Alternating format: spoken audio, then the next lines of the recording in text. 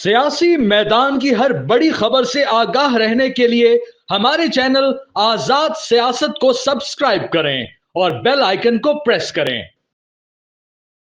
सिंध में देखिए जो नहरों का मामला है निकालने का, ये अब एक ऐसा इशू बन गया है कि इसका फायदा जो है वो कौम परस्त जमातें उठाएंगी।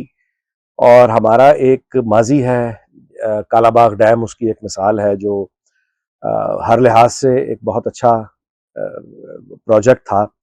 और इस पर पख्तूनख्वा, सिंध, पंजाब, यानी जो इसमें फरीक हैं, उन तमाम के जो प्रोफेशनल एक्सपर्ट्स हैं उनकी एक नहीं दर्जनों गवाहियां रिकॉर्ड पर मौजूद हैं कि कालाबाग डैम पाकिस्तान के लिए ज़रूरी है।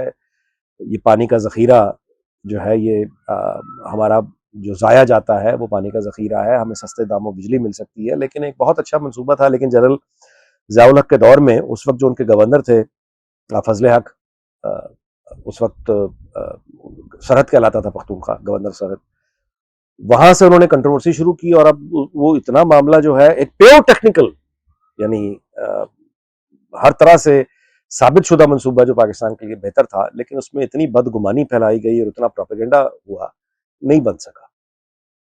और पीपल्स पार्टी में इंतहा ये है कि मोहतरमा बेनज़ीर भुट्टो जो हैं वो अपने इंतहाई करीबी रफ़क़ा से इस बात का इजहार बेतकल्लुफ़ी में कर लिया करती थी कि कालाबाग डैम पाकिस्तान के लिए अच्छा है, लेकिन उसके खिलाफ प्रोपेगेंडा इतना हो चुका है कि अब कम से कम एक नस्ल जो है वो एजुकेट करना पड़ेगा, जिसके बाद ये प्रोजेक्ट होगा। और बाकी भी जो कॉम्प्रेस जमाते हैं वो दोस्त कई जो है वो प्राइवेट महफिलों में इस बात का इकरार कर लिया करते थे कि अभी कर लेते हैं कि कालाबाग डैम जो है वो पाकिस्तान के लिए नुकसानदेह किसी भी सूरत नहीं है। बहुत से तजिया निगार जो हैं वो ये भी तजवीज़ कर चुके हैं कि इसका नाम बदल दें, पाकिस्तान डैम कर दें, कुछ कर दें। लेकिन वो इतना यानी सियासी को नज़र हो गया कि मुश्किल हुआ, नहीं बन पाया आज तक। यही मामला इन नहरों का है। पीपल्स पार्टी की ड्यूटी ये है कि वो सिंध में ग्राउंड एक प्रिपेयर करें, लेकिन अभी तक तो मुश्किल नज़र आ रहा है। हुकूमत जो है वो जाहिर है कि बनाने की उन्हें कोशिश अपने तौर पे करेगी, लेकिन नून लीग का कोई ऐसा सपोर्ट बेस सिंध में तो मौजूद नहीं है। मतलब ये कि पीपल्स पार्टी की मदद वो क्या कर सकते हैं रायामा हमवार करने में? सिंध में अगर रायामा हमवार करनी है तो नून लीग अगर चाहे भी तो पीपल्स पार्टी की क्या मदद कर सकती है? तो ये पीपल्स पार्टी के लिए एक, जब से ये आए हैं, ये बहुत बड़ा उनके लिए एक रियल चैलेंज है कि इसके लिए वो ग्राउंड किस तरह प्रिपेयर करते हैं। क्योंकि खुश्क साली पानी जो है वो तो पहले ही इस वक्त पाकिस्तान में जो हालत है वो तकरीबन खुश्क साली हुई पड़ी है। सबको ही अपने हिस्से, तमाम सूबों को अपने हिस्सों से पहले ही कम पानी मिला है, तो वैसे ही हसास हुआ मामला है इस वक्त।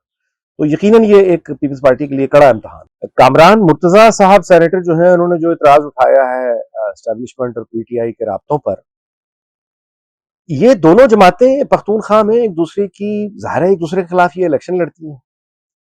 और ये बिल्कुल एक फितरी बात है कि वो अपोजिशन में हो, तब भी एक मुकाबला तो आपस में रहता है।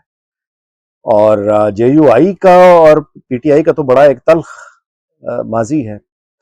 सो अगर वो ये सवाल उठा रहे हैं या नाराजगी का इजहार कर रहे हैं तो बिल्कुल दुरुस्त है। लेकिन वहां सूरत हाल ये है कि वो तो पीटीआई के अपने लोगों को नहीं पता कि कौन सा ग्रुप है जिसकी बात हो रही है, हो भी रही है या नहीं हो रही, कौन है जो सिर्फ ये अपना रेट बढ़ाने के लिए ये रेट बढ़ाया जा रहा है ना। फला आदमी जो है वो कहता है मैं बात करा देता हूँ, उसका रेट बढ़ जाता है, फला कहता है नहीं मैं बात करा देता हूँ, उसका रेट बढ़ जाता है। तो वो तो वहां पे तो खुद भी कोई क्लैरिटी नहीं है। अच्छा, बाकी आधी पीटीआई वो है, खास तौर पे बैरून मुल्क बैठे हुए लोग जो हैं वो इस तरह के किसी भी राब्ते पर वो अपनी खफकी का और नाराजगी का इजहार कर रहे हैं। वो यानी इन्हें गद्दार कह रहे हैं कि जो राब्ते कर रहे हैं वो क्यों कर रहे हैं। तो यहाँ पे आके जेयूआई के सेनेटर कामरान मुर्तजा साहब जो हैं, उनकी जो ख्यालात हैं वो पीटीआई के उन हॉक्स से मिलते हैं जो इस तरह के किसी भी कॉन्टैक्ट के खिलाफ हैं। जो बाहर बैठे हुए लोग हैं उनकी तो खास तौर पे यूट्यूबर्स, उनकी तो इस तरह की कोई ख्वाहिश नहीं लगती कि कोई मामला ठंडा हो, क्योंकि उनका अपना जो इंटरेस्ट है वो मसाला चूरन या वो जो भी आप कहिए वो बेचने में है। और अगर मामला सेटलमेंट की तरफ जाते हैं तो उनकी ज़ाहिर है दुकानदारी पे फर्क पड़ता है। और जेयूआई के अपने ज़ाहिर है कि वो भी क्यों चाहेंगे कि पीटीआई को किस तरह का कोई रिलीफ मिले या अंडरस्टैंडिंग हो, क्योंकि अगर ऐसा हो जाता है तो उसमें जेयूआई को क्या मिलेगा? وہ تو پہلے بھی پختونخوا میں بھی ظاہر ہے ان کا کوئی ایسا خاص حصہ نہیں ہے، نہ وفاق میں ہے، اور اگر اس طرح کی کوئی انڈرسٹینڈنگ ہو جاتی ہے تو وہ بالکل آؤٹ ہو جاتے ہیں گیم سے، ان کا بھی کوئی انٹرسٹ نہیں ہوگا کہ ایسا ہو۔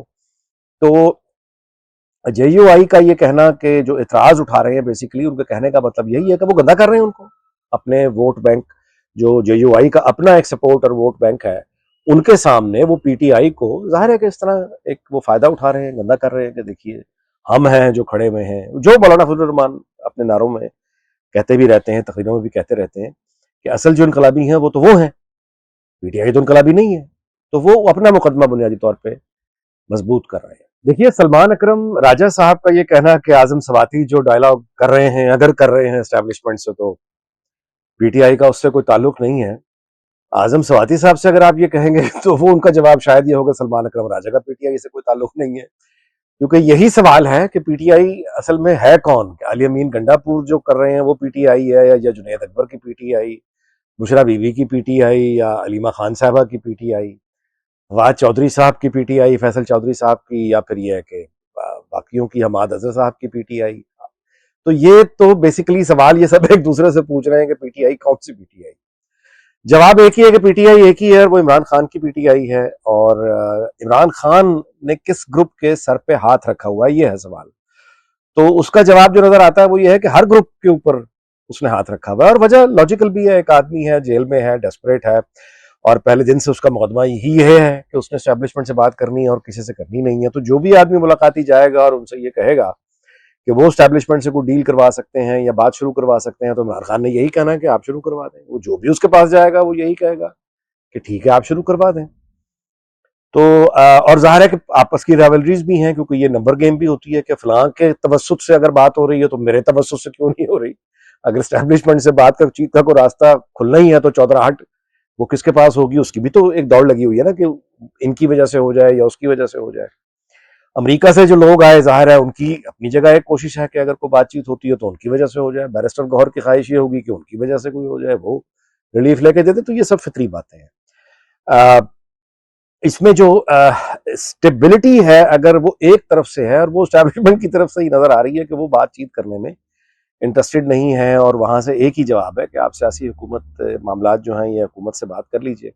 لیکن ہماری تاریخ یہ بتاتی ہے، وہ جنرل مشرف اور بے نظیر کی ملاقات ہو، یا وہ میاں نواز شریف صاحب کی سعودیہ روانگی ہو، مشرف کے ہی دور کی دوسری مثال ہے، تو ہمارا ماضی اور ہماری تاریخ یہ بتاتی ہے کہ اس طرح کے معاملات میں اگر کوئی انڈرسٹینڈنگ یا کوئی ڈیل اگر ہوگی تو وہ سرپرائز ہوگا، اور سب کے لیے سرپرائز ہوگا۔ اور یہ جو باہر آ کے باتیں کر رہے ہیں نا کہ ہم کرا دیتے ہیں یا ہم کرا دیتے ہیں، ان کے فرشتوں کو خبر نہیں ہوگی اگر ایسی کوئی نوبت آئی یا ایسی اگر کوئی بات ہوئی تو ان کے لیے یہ بھی خبر ہی پڑیں گے جس طرح باقی دنیا پڑیں گے۔